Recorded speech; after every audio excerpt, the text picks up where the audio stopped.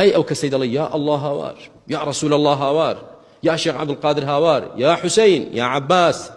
ئەوەی ئێوە دەیکەن شیرکە، شەریک بۆ خوادانانە. ئەسڵەن خوای گەورە لێی دێتە دەرەوە، ئیشی بەو دینداریتی ئێوە نییە، ئیشی پێی نییە. خوای گەورە قبوڵی نییە عباس و حسين و علی و عبد القادری گەیلانی و کاک ئەحمەدی شێخ و ئیبراهیم و نوح و محەممەد و ئیدریسی بۆ بکەیتە شەریک، قبوڵی نییە.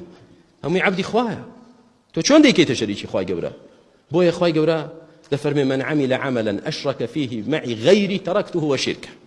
هەر کەسێک کردەوەیەک دەکا کەسێکی تر بکاتە شەریکی من تیایدا، ئەو من وازی لێ دەنم، نامەوێت ئەو شەراکەتیم ناوێت.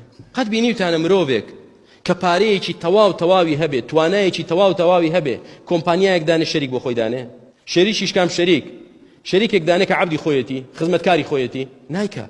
دەڵێ و شەریکم بۆ چێ من؟ پارەت دەوێ، پارەی 10 کۆمپانیای ترم هەیە داینم، توانات هەیە، توانای 10 کۆمپانیای ترم هەیە بەڕێوەی بەرم، ئەی بۆچی خزمەتکارەکەم کەمە شەریکی خۆم؟ نایکەم. جا مرۆڤێک نەیکا کە دەسەڵات و دەوڵەمەندی هەبێ، ئەی چۆن ڕەب العالەمین شەریکی قبوڵە؟ وەڵام من تووشی نەخۆشیەک بووم، بۆ ئەوەی خوای گەورە شیفامدا، ئێستا هاوار دەکەمە چەند کەسێک، دەڵێم یا ئەڵڵا تۆزێک، دوای ئەو جا ڕوو دەکەمە پێغەمبەر صلی الله علیه وسلم، اینجا ڕوو دەکەمە شێخ عەبدولقادر، اینجا ڕوو دەکەمە حوسین، اینجا عەباس. بۆ یعنی خوای گەورە بەتەنها ناتوانێ وەڵامت داتەوە، ناتوانێ شیفای نەخۆشت دا، دەبێت کۆمەڵێک کەسی تری لەگەڵ بێت، هەر یەکەی تۆزێک لەلایەکەوە چارەسەرت کەن. ئەمە عەقیدەی ئیسلام نییە.